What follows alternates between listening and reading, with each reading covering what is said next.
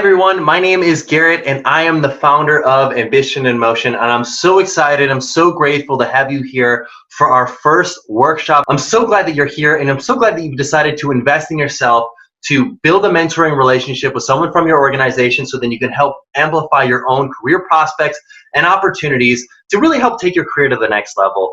I'm really excited for you and what you're going to accomplish over these next 4 months. So during this video, I just wanted to give you an overview of what to expect for the program and how to prep for this upcoming workshop.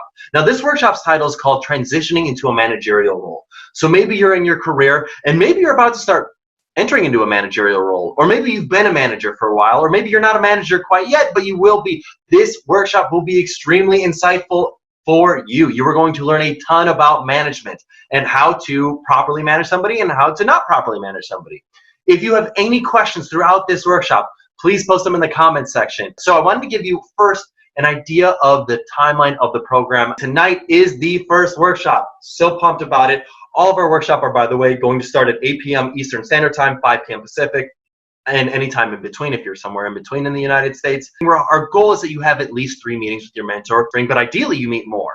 Ideally, you meet more often than that. If you think to yourself, oh, I should wait, or I should wait for this to happen, or I should wait for that to happen, don't. Get on it right away. Build that relationship. I strongly encourage that, because the longer you wait, the more time you're putting off from building a great mentor relationship, and the more time you're putting off from actually really seeing the results and being able to apply what we're teaching in these workshops into your life. So have multiple areas of support. Take advantage of your mentor. Start building that relationship. Now, those 4 workshops are the first ones on transitioning into a managerial role. The second one is determining when is the right time to pursue additional education, or if it's the right time to pursue additional education. The third workshop is determining when is the right time to switch jobs. And the final workshop is on how to handle conflict in the workplace. So they're really relevant topics, and I think that you're going to really enjoy these workshops and the guest speakers that we brought in for you to learn from during these workshops. We will send you a post-program assessment to get your feedback. So this workshop is going to be roughly an hour long, and we're going to cover a lot of topics on how to transition into a managerial role. And so for you, my focus is on how can you go about making the most out of this. Really, the best way to go about making the most out of these workshops is to interact with us. When I ask a question to you, the audience viewing this, answer it. Because here's the thing. I would rather you post your questions in the comment section, because if you got this question, I guarantee you somebody else in the audience does as well. So if we were to answer questions on an individual private basis, we're not really answering everybody's questions. But if you post your questions in the comment section, we can share this with everybody so then they can get their answers just like you got your answer. This program doesn't guarantee you a promotion or a new job. Really, the key is this program's for professionals who want to take their career to the next level. Like, we don't hand things out on a silver platter. Now, by the way, do these types of opportunities happen for the professionals that use this program? Absolutely. But you got to be open to it. You got to be willing to put your time in to go ahead and make the most out of this experience. If you're thinking to yourself, oh, I'm going to come in negatively or skeptically, you're going to get negative and skeptical results. I mean, it's the law of attraction. If you come in with a negative mindset, you're going to manifest a negative mindset. If you come in with a positive mindset, you're going to manifest a positive mindset. It's all about how you view this system, this workshop, this opportunity. So come in with the right idea, with the right mindset, and you can make the most out of this experience. I promise that. So I just want to set the expectation properly. This is a program that does not hand out things on a silver platter. If you work for them, you can absolutely take your career to the next level, but it's about applying them. It's about actively meeting with your mentor. It's about actively networking and actually doing what you can to make the most out of this experience. Ask questions, interact, take advantage of everything we've got for you, and you will get the opportunities you desire. I mean, that's what this program's here for. If you think like, oh, I'm going to do the bare bones minimum, I'm just going to kind of have just 3 phone calls, and we'll keep them at the minimum length of time, and I'm just going to attend the workshop, not take any notes, not really make any comments, not really talk to anybody about what I'm learning, you're gonna get those types of outcomes. That's pretty much it. So I really want to encourage you to make the most out of this program. Take advantage of it. Ask questions, participate, and interact. Treat this program as fuel. Treat this program as fuel to help you get to where you want to be. If you're already burning and going strong, going hard, this program can help you get into the next level and accelerate. If you're barely burning a fire, barely burning an ember, and you really want to rekindle that and get yourself up, take advantage of it. Jump in. But if you think to yourself, you know what, I'm barely burning this ember, I'm not really trying to burn this ember, really there's nothing there, the field can only do so much for you. So the point I'm making is come in with an open mind and a willingness to work hard, and you can achieve what you want. I mean, have professionals use this program to gain a managerial role or negotiate a raise or build deep bonds with their colleagues or expand their networks. Absolutely. But did those outcomes come handed on a silver platter? No, they didn't. It's about how you can apply what you're learning in this workshop to make the most out of this experience. So I want to share with you a little bit about my background, because I think that helps give some context as to who I am, what we're teaching, what we've learned, and why this information is relevant. So for me, I personally needed mentors in my life. And this might sound crazy, but from age 15 to age 19, I was a drug dealer. At the end of my freshman year at Indiana University, I got arrested in an undercover operation by the Indiana University Police Department, and I got 5 felony distribution charges. I was expelled from school, and I had no idea really what I was going to do with my life. It hit my life like a brick wall. I mean, up to that point in time in life, I thought success was you go to school, you get good grades, you get a job, and then you just kind of find yourself, like as if it's puberty. It just comes and hits you. And nobody that I had ever known that I ever thought was successful ever was a drug dealer. So I either had to accept being a failure or redefine my definition of success. So I chose the latter. And it was a great decision for me. Kind of like back to the whole law of attraction thing. I opened my mind to what positively could happen from this situation as opposed to negatively. So I enrolled in a program in St. George, Utah after I got in trouble. And they exposed me to the power of mentorship, both on a personal level and a professional level. On a personal level, they were huge. I mean, they helped me come to grips with how it affected my family, my friends, my university, my country. I really didn't think that what I had done really would impact anybody or that anybody would care. And that was so wrong. And I really don't ever want to discount the power of personal mentors, because personal mentors can really help you make some serious just strides and have some serious growth in your life, because ultimately those personal mentors can help see you for you. And don't get me wrong, the professional mentors are amazing as well. And by the way, we can mix those two. They can both be personal and professional mentors. But I really want to stress the importance of being vulnerable in a mentoring relationship, just like I've been vulnerable with you right now sharing my story, because I know that when you're vulnerable, you're much more likely to be attractive in that relationship. You're much more likely to build trust. I mean, shoot, you can't even build trust without vulnerability. You have to have vulnerability. So when it comes to building a mentor relationship, I hope me sharing my story with you has helped inspire you to be vulnerable with your mentor and in your mentoring relationship. Just to kind of finish out my story in terms of how I actually got here from being a drug dealer who moved to St. George, Utah. About a month after living in Utah, I flew back to Chicago for the weekend to let my family know my life's getting on track. On that flight, I'm sitting next to a guy. I took a keen interest in who he is. I asked him questions. I took down notes, shared with him a little bit about me, but really I was focused on who he was and asking him questions and really learning about what he had to say, because people love to talk about themselves. I was learning that through a book I was reading called Dale Carnegie's How to Win Friends and Influence People. And by the time we landed, he said, "Oh, by the way, I'm the director of ground equipment for SkyWest Airlines." And he offered me an internship doing financial analysis on the spot. Didn't care about my background. He decided to take me under his wing and give me an opportunity, and that was so crucial. That was amazing. He didn't care that I might be going to prison sometime in the future. He didn't care really what my future looked like. He cared about me, and he wanted to give me a chance, and that was so crucial. It helped me really take some serious strides in my life and my career. About a year after living in Utah, I actually got very lucky. While I was in Utah, I started a nonprofit to help young men and women who had made poor choices with drugs and alcohol and help them get mentors too, just like I had gotten mentored by that guy at SkyWest Airlines. And the court system saw that. They ended up dropping my felonies to a misdemeanor conviction. Indiana University had decided to re-enroll me, and I started Ambition in Motion with the idea of how can I help people get connected with their careers. I mean, ultimately for me, my vision is a world where the vast majority of people, not a couple people, but the vast majority of people are excited to go to work. When they're there, their expectations meet reality, and when they come home, they feel fulfilled. I'm here to try to help you achieve that.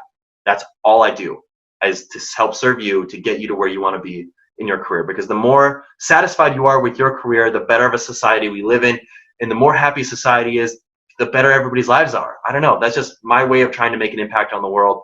And, you know, if you're going through this right now as a professional and you're thinking to yourself, like, what is my impact on the world? You know, it could be anything. But I think if you're consciously aware of that and think to yourself, I want to make an impact on the world, that's a great starting point. So the point is, be vulnerable, and think about your impact, especially as it pertains to your story.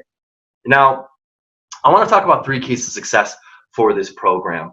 The 3 keys to success for this program are honing your strategy, your story, and your state. Now, I said those in reverse order of importance. Your state is number 1. Physically, what is your state? Like your physiological state. Are you like amped up? Are you ready? Are you good to go? Are you in such a good mood that you're going to take on the world? Or are you stressed out, hunched over your computer, got bad posture, not feeling great? I mean, your first impression is everything. And when you're going into your mentor meeting, or a meeting with anybody for that matter, and you're coming in with some bad body language, I can promise you, you are not going to have a good first impression, and that will kill that relationship. It is very difficult to overcome a bad first impression. So, fortunately, there are some things that you can do to help you get yourself into a positive state. And they take like 30 seconds because your emotions drive your emotions. Now, you might have had the worst day in the world. You might be thinking to yourself like, oh man, I got to meet with my mentor right now. I don't know how I can do this. Here's something you can do to get yourself into a positive state. There's a lot of things you can do. You can do a power pose. You can fake smile for 30 seconds. You could fake laugh for 30 seconds. But what I like to do is I like to shake it out, and I like to dance it out, and I like to scream at the top of my lungs. So what I want you to do right now while you're watching this video, and I know it might sound crazy, you might be in your house, you might be in your office, you might be at work, I don't really care. Stand up, shake it out, shimmy it loose. Stand out. I want you to scream at the top of your lungs. Just go, yeah, just let it loose, let it out, let it go. And the reason why I'm telling you to do this is because you are releasing endorphins to your brain, getting blood flowing to your brain. What this does is it gets you into a positive mood. It takes you from wherever you're at and puts you at a 10. It gets you ready to go. And your physical body, your physiology, your body is saying, thank you, I'm ready for this. I'm ready to take on the world. Your state is crucial. So when it comes to a mentor meeting, get your state right. You're going to give a positive first impression if you get your state right. If you're screaming at work, good for you. Amazing. I'm proud of you. That's awesome. You know, people might think of you and look at you like a weirdo, but that's okay because this is not a coolness contest. This is about you making strides in your career and getting a positive first impression with your mentor and with anybody that you want to meet. Now, the second key is your story. Now, what's a story that you tell yourself? Do you tell yourself a story for why you won't be successful or for why you will be successful? I mean, your story could be, oh, well, you know, I'm an introvert, so I couldn't possibly be good at networking or putting myself out there or trying to get a raise or try to be a manager because, you know, I'm just an introvert. Or maybe you think to yourself, like, I'm an extrovert. I'm crazy around people. I can't even handle it. I'm a word vomiter. I just can't even contain myself around other people. I couldn't possibly be good at networking or in a managerial position. If you tell yourself a story for why you will not be successful, you will not be successful. But if you tell yourself a story for why you can be successful, you can manifest that outcome. If you tell yourself a story, if you literally play in your mind how a situation could go the most positive way you could possibly go, you will get yourself to where you want to be. So I want to ask you right now, and I would love if you could post in the comment section, what is a story that you tell yourself for why you will be successful? Where do you want to go? What do you want to achieve? How are you going to do that? Lay out your story of where you're going. It could be the next 3 months. It could be the next year. I don't really care. But put it out there for how you're going to be successful. Share it with the world. Share it with your community here because what that does is it empowers other people to be vulnerable and share their story as well. I'd love if you could share your story of where you want to go in the comment section. Now, the last key is your strategy. So what is the strategy that you're going to do to help you get to where you want to be? Now, this workshop is all about how to transition into a managerial role. So the strategy is going to be all about how can you go about becoming a better manager. Now, take the skills that we're teaching in this workshop with our guest speaker. Take these skills and apply them. One of the things that I love to do when it comes to strategy is to set up a routine. So what is something that you can do on a regular basis to help you reinforce this skill that you're learning in this workshop? Because if you're just here in this workshop and you're just watching this video and maybe you're taking notes, like that might stick. But if you actually teach it to somebody else, that is definitely going to stick. Exponentially, you are much more likely to remember the information that you're taught if you teach it to somebody else.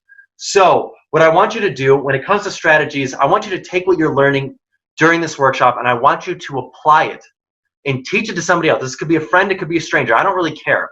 But teach something that you learned that you thought was impactful and powerful to you.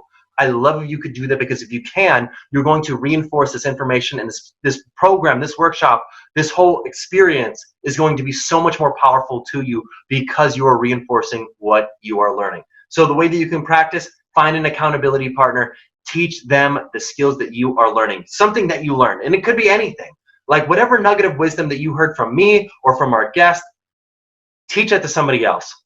That will help you reinforce it. Thank you all for being here. I'm really excited for you to embark on your mentor relationship. And in this mentor program, I'm really excited to get started with our guest speaker. Hey everybody, welcome to our workshop this evening. I'm so excited to dive into the topic of how to effectively transition into management. I know a lot of you are probably thinking to yourself, okay, I'm either already in a management role or I'm about to start entering into a management role, or I'd like to be in a management role, but I don't know how to broach that subject, or I don't know how to effectively transition in this leadership role because I've never really been a leader before. It's an interesting topic. I mean, I think a lot of people think that they're ready before they're actually ready. I think a lot of people, don't give themselves enough credit, and they never think they're ready, and they never want to have a leadership role. I think the reality is somewhere in between in terms of one's readiness. But fortunately, we've got a great guest with us here this evening. We've got Erik Eaker. Erik has worked in healthcare for 20 plus years as an innovation and operations strategist, business developer, and customer experience expert with U.S. and international population health solutions experiences. Erik is currently the Senior Vice President of Business Operations for BioIQ. Erik, thanks for being here. My pleasure. Thanks, Garrett. So let's dive in. Why is transitioning, I mean, high level, well, I guess maybe before we dive into why transitioning into management is so difficult, I would love to learn kind of your career path and how you went from an individual contributor into a leader, into a manager of people. Well, right out of grad school, I entered into the corporate world, and for the first 3 years, I was an individual contributor, which is typical of most people when they get into their profession. I was an analyst, and I moved to a project manager, then a manager, but I wasn't really managing anyone at that time. It wasn't until I took a new role in another company, and then where I was asked to lead up a strategy, and in a space where I had no real experience myself, which was designing websites for a health insurance company that had to really get into the 21st century and figure out a way to start engaging online with all this membership. We had one person in that organization who had a little bit of experience developing a website. So I was asked to manage that person. That was my first management opportunity. And I was managing someone who had expertise that I did not have, right? And that's not always typical either, right? But that was a great way to start as a manager, because I think one of the keys to success as a manager is to sort of give up the reins of your subject matter expertise and say, well, that's important sometimes in leading people in that domain. What's more important is your management of people, and not management of tasks and skill sets and things that you typically rely upon to get the job done. That's really and fascinating. Then from that period of time, that was my first experience. And then throughout the next 25 years, I've had periods of time where I've been an individual contributor again to managing 70 people. And now I'm managing over 120 people, maybe 80% of the company that I now work for. That's really fascinating. I love, well, one, thanks for sharing your background and story. That's given me a lot more insight and context. But two, I am intrigued with what you said there, because I think this is this weird counterintuitive mindset of, so often we are promoted based on our individual contributions. Oh, you're a great salesperson, you're now the VP of sales. Oh, you're great at marketing, you're the VP of marketing. And if I'm hearing you correctly, what you're saying is that it's not your individual contributions that make you a good leader. It is your ability to actually connect with your people and lead them that makes you a good leader, which maybe the way I'm verbalizing it, it sounds obvious, but I think for a lot of companies and for a lot of people, it's not. Do you mind elaborating on that for a little bit? Yeah, I mean, looking back now, I wish I'd asked myself a few questions before I became a manager. I sort of made it up as I went along, but you have to really ask yourself, what is your motivation for wanting to manage others? And I'm not going to give you the answer to that question. There's a variety of different answers, but what is your most important gift in being a manager to the company or to the people that you'll be managing? and what really matters is, are you attuned to what others need to be successful? Right? It's not about your success anymore. It's about the team's success. People that are now counting on you to lead them into success for the business and for their roles. But really, it's understanding motivation. It's being able to listen and understand where that person is in their career and what they're trying to achieve for themselves, and what talents and skill sets they bring to that job.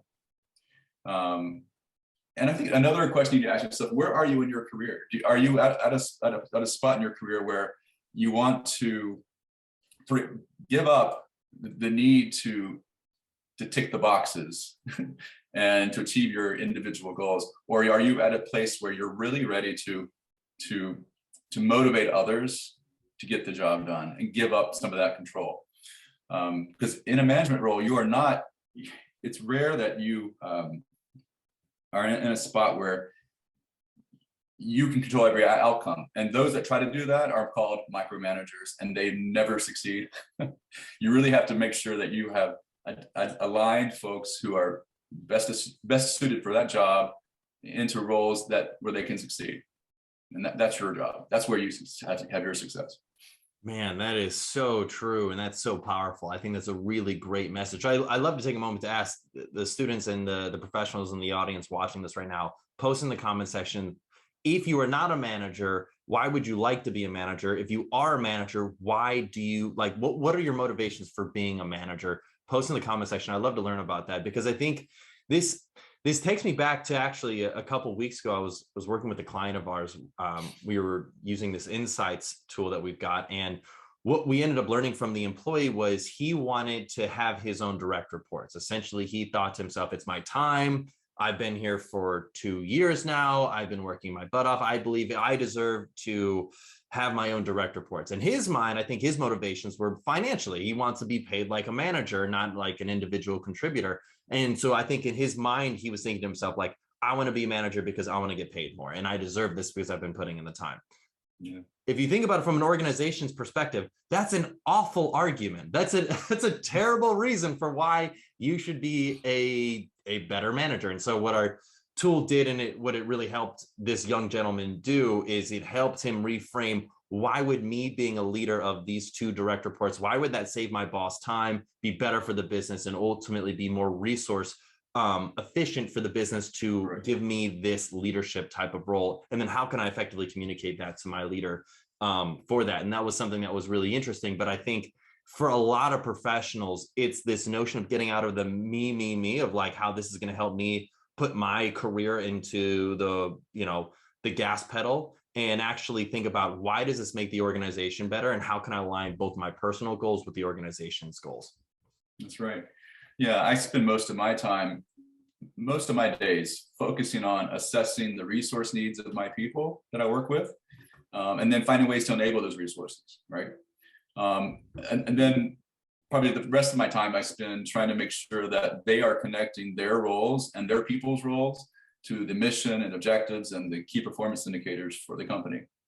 And keep hammering that into their minds, reminding them of what we're trying to do day by day, and to keep their focus on the priorities. And priorities change, so you have to be super great at communicating and being consistent with that communication. So that's really my job. I no longer have to put together spreadsheets or even PowerPoint presentations and things like that. That would be a waste of my time and a waste of the organization's investment in me. Totally. Well, that's interesting. So I guess what I'd be curious to know is Erik, do you ever do a leadership audit of yourself? Like, how do you audit your performance as a leader regularly to know that you are staying up to snuff? Like you mentioned micromanaging before, and I love the way that you outlined micromanaging and just, what it looks like to be a good leader versus perhaps maybe one that's struggling. I would care to argue that most bad managers are not intentionally bad. No. I would care to argue that most bad managers don't come into work thinking, how can I sabotage my direct reports this day? They're probably not thinking that, but they don't have any system or filter or audit process for making sure, or just checks and balances on themselves. So I guess Yeah. what I'd be curious, do you have something like that for yourself to help you check in to see if you are, falling off the wagon, so to speak? Well, I was just going to comment on, those leaders who do micromanage, they never really stopped and paused to think about what is their job now. What made them successful in the past is not what's going to make them successful as a manager. And if they don't get off that horse, they're going to be micromanaged, and they're going to be in there, making promises that can't be kept, because they're now making promises at this level that have major implications and lots of expectations that are set across the organization, but they're not following up with what their people can actually achieve, because they're not focused on them, they're focused on themselves, right? And trying to look good. So that was a big lesson for me, and I see that happening actually. Well, I see that happening quite a bit. Leaders who have who come in, don't really check themselves, and they continue trying to micromanage and make promises.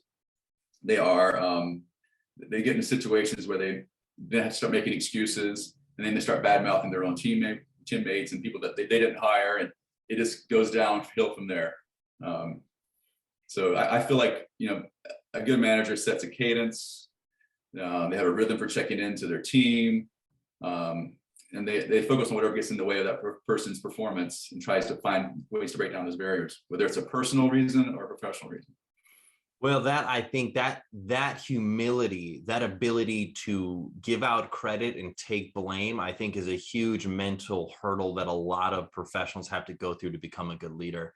Erik, I swear you're going to think I just watch TV all the time. I'm telling you, I've got this photographic memory when it comes to comedy shows and movies that, like, I only need to watch it once and I'll remember it all. But this makes me think of have you seen the TV show The Office? Yes.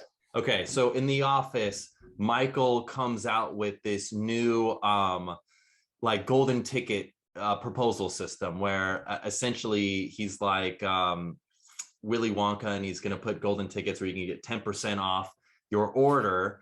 And he's just randomly going around the warehouse, sticking golden tickets into different batches. And what ends up happening is the same company got all the golden tickets. Their largest client got all the golden tickets. So they had 5 of them. They got 50% off their biggest order.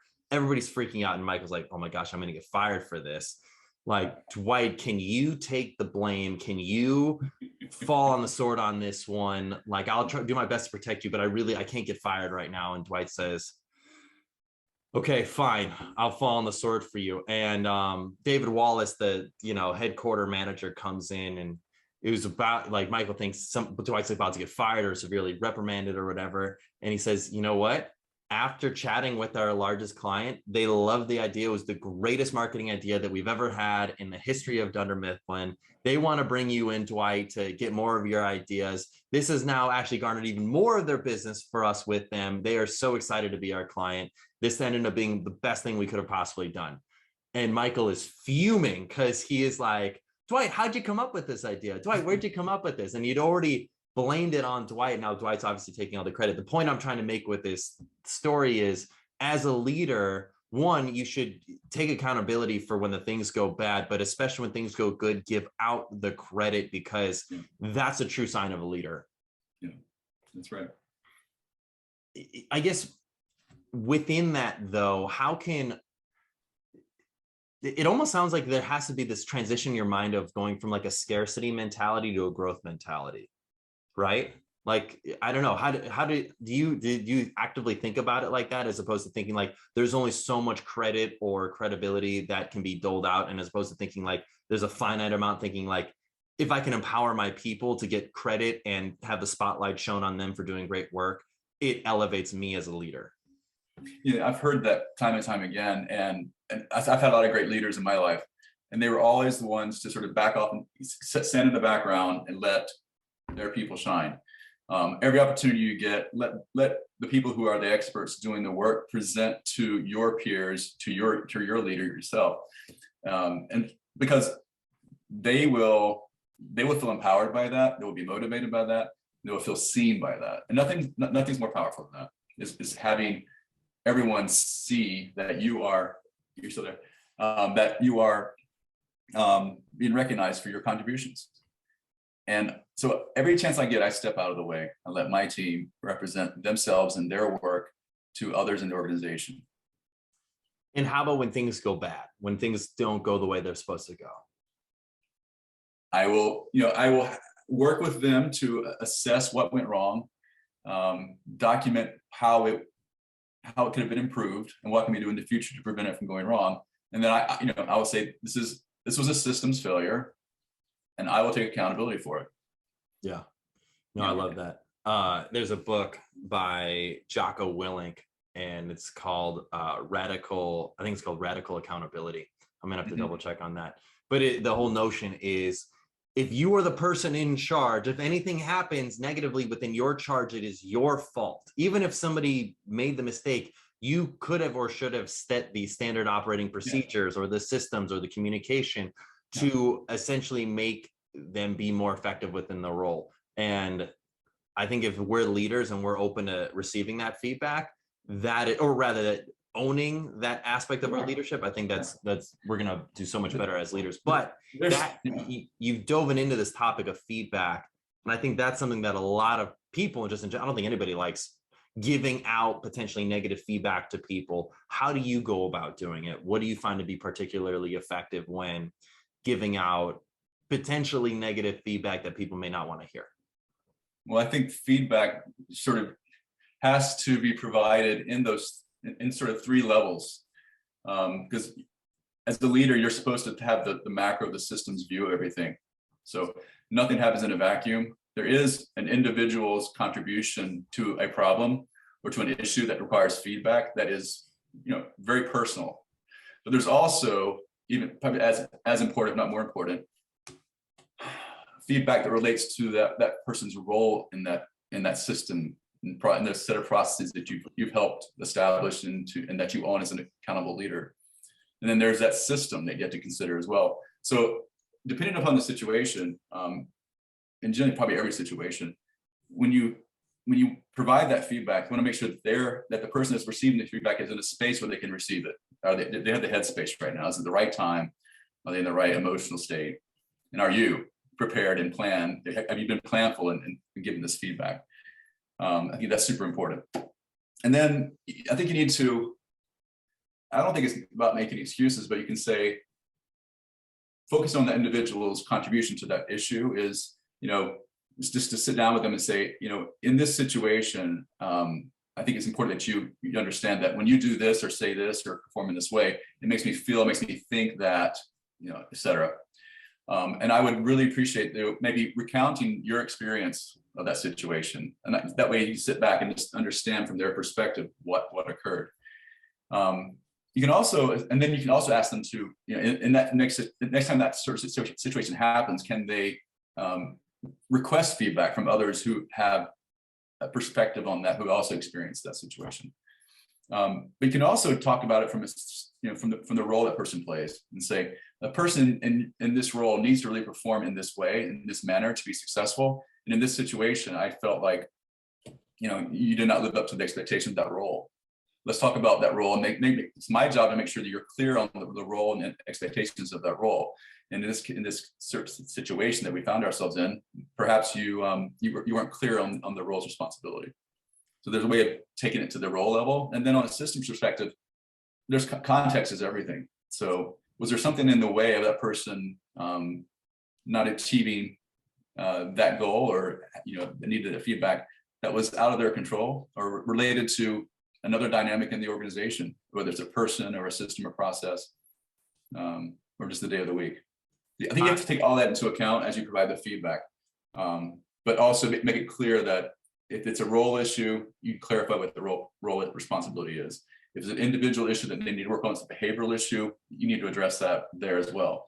But often it works at all three levels. I love that you focused on the seeking to understand part first.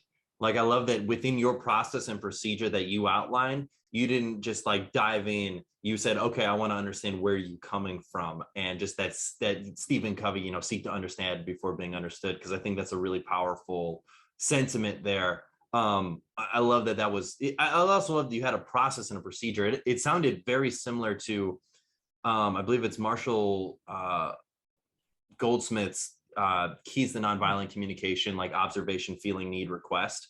I've heard that, yeah. It seems like when you went through that process, it seemed like a variation of that, but it seemed like very much in that, okay, here's my observation of what was going on. Here's how it made me feel. This is, need request, that sort of thing. It seemed like you had that sort of protocol within giving that feedback. I thought that was really valuable. And I think that a lot of professionals aspiring to be managers could learn from something like that.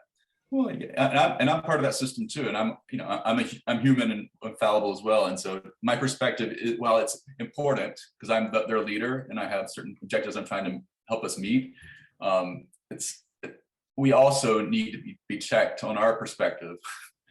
And so inviting others to that conversation, I think, is super important. And to remind people that they should seek out feedback when they feel like they've had a situation where they just don't feel comfortable. Something happened just then, and I feel like I need some feedback on that. Ask, and it's perfectly acceptable. One question I'm a big fan of asking is if there's ever like a gap in perspective, I will always like to ask, what aspects of your work could benefit from greater clarity for myself or other team members? Because by asking that question, it insinuates that it's my fault. Like there was a lack of clarity that between my expectations and what you delivered. What could I have done to make things more clear? Like what aspects of your work could benefit from greater clarity for myself or other team members? I can better understand where you, my direct report, are coming from, so then I can better know your thought process and then clarify where there might be a gap in perception or expectation of how I'd want you to act in future scenarios. Yeah, I love that question. It certainly it puts it back on you to remind yourself that it's a relationship, and someone's not just acting, like I said before, in a vacuum. It's related to the way you're managing them, the way you're clarifying responsibilities or objectives or priorities. Sometimes it can be just a personality, like a personality issue, but that's when you bring in the role clarification again and say, I understand that's the way you typically like to react to these things, but in this role, in this sort of situation, here's an ideal way to perform. So one thing that I have heard a lot recently, and I think it's becoming an ever growing and just increasingly popular topic, is this notion of psychological safety in the workplace. Like as a leader, how can I engender psychological safety within my team and my people that report to me? And a big part of that is vulnerability of having an environment where people feel comfortable being vulnerable and saying like, hey, here is something that I have not shared, or here's something that I'm struggling with. Can you help me with that? I guess, what does vulnerability mean to you as a leader? And if you do leverage it, how do you leverage that with your team? Yeah, you have to tread carefully there. It depends on who you're talking. Some people don't want to see a vulnerable leader. That's becoming less and less of an issue, I think. The way I show vulnerability is I think through the nature of my questions that I ask people, if I'm giving feedback, if I'm giving guidance, if I'm giving direction, generally, at least half of the interaction is me questioning them and their thoughts. So I'm rarely in a position where I'm telling. If the context requires me to tell, I will tell. But generally, people will be more motivated if they are hearing their own voice and their own thoughts come up with the solution or the way forward, than if someone's telling them what to do. I feel like that's more sustaining in the longer term. So to me, that's a way of being a vulnerable leader, is by letting people sort of chart their own course. And yes, providing feedback if you think that's a little bit off, if it's off a little bit off course, but I really believe that as long as they're within certain guidelines, I want them to perform to their own specifications. Cool. Well, yeah, I think vulnerability is increasing in popularity and interest, just from a leadership perspective. Like one example of this that I can remember, my best friend used to work for Uber, and back in 2016 when he was at Uber, their then CEO, a gentleman named Travis Kalanick. I'm not necessarily the biggest fan of Travis as a leader, but he did one thing that I thought was really admirable, and I thought was a really great testament of the power of vulnerability from a leadership perspective. But what he did was Uber was at a time where they're growing like crazy. They're growing like a rocket ship, and they needed to raise another round of funding. They were still burning cash. They were not a profitable company. And their investors came to Travis and say, hey, Travis, the growth rates are great, but we need to start being more operationally, so you need to stop burning cash, essentially, is what they told them. And they needed to cut, I think, their operating expenses by like $100 million or something like that. And Travis sent out a memo to the entire company and said, hey, here's where we're sitting at in terms of investment and future viability moving forward. For us to raise this next round of funding, need to cut our operational expenditures by $100 million. I don't have the solution. I don't know how we're going to do this. I have no idea what the path is forward. I'm not telling you how we're going to do this at all. I'm leaning on you all. Can you help us get there? If we can get there, we can raise this next round of funding. We can, keep growing into the sunset and being this crazy rocket ship growth company. If we're not able to do that, Uber as a business may not be a viable company moving forward. Can you help us? And the team at Uber did. I mean, they smashed it. They smashed the goal. They identified a lot of operational slack and issues, and they cut it and they hit those numbers. But it's just a story of the power of, here's a leader said, hey, I don't have a solution. I need your help. And the team rallied around it. Yeah. It's a great example, and one that I find myself in quite often now. In my latest role, I'm actually responsible for 6 different functional areas, which I've really had no experience working in the past. So I'm really relying upon my direct reports, who are experts in their fields, to answer those questions, to solve those riddles, right? My job is to make sure that they're communicating together, that I'm sometimes asking dumb questions that they end up thinking, oh my gosh, I didn't think about that. But it helps to have that naive perspective sometimes, whether it's intended to get the result or if it's genuine, right? So it's been super helpful for my team, and they seem very motivated. They seem very satisfied with their level of autonomy and their level of impact that they're personally making on decisions that are influencing millions of lives out there. Yeah. Well, speaking of direct reports, do you know your direct reports as like professional goals and aspirations? And like, how important is it for a leader to understand their direct reports as personal goals and aspirations, and how that aligns with the organization's goals and like where they're going? Personal and professional goals are intertwined, so you can't break them up. So our conversations when it comes to professional development is the same as personal development, and the two go hand in hand. So at the start of every year, I like to write down, I think about each of my direct reports, and I try to think about, from my perspective, what's their main motivator? Like why do they get up in the morning? I can give you an example. Like one person who reports to me is responsible for a lot of our client success and has a young team reporting to her. I think her motivation is to be a mentor, and to be sort of a second parent to some of these young professionals.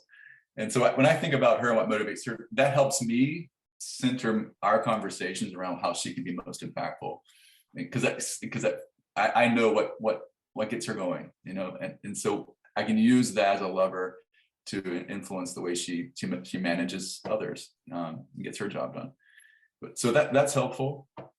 I think that's smart, by the way. I think that's great. I think some people might look at that and be like, well, you're catering your management style just to her for that one purpose. But it's like, that's what a great manager does, is they cater their management style, not as a one size fits all solution for every single direct report, but for individually working with them based on what drives them and communicating to them in a way that's going to get the greatest response. Yeah. So she and I spend our one-on-ones, 15 minutes of it talking about her team and the books that she's ordering for them so they can have development conversations and that kind of thing, which that's her focus. That's what makes her get up in the morning. Her team is going to succeed because of that. I have another guy who just wants to he's a deal maker, right? Responsible for vendors. So that changes the tenor of our conversations. And at the end of each of these conversations, because I know what motivates them, they're jazzed, right?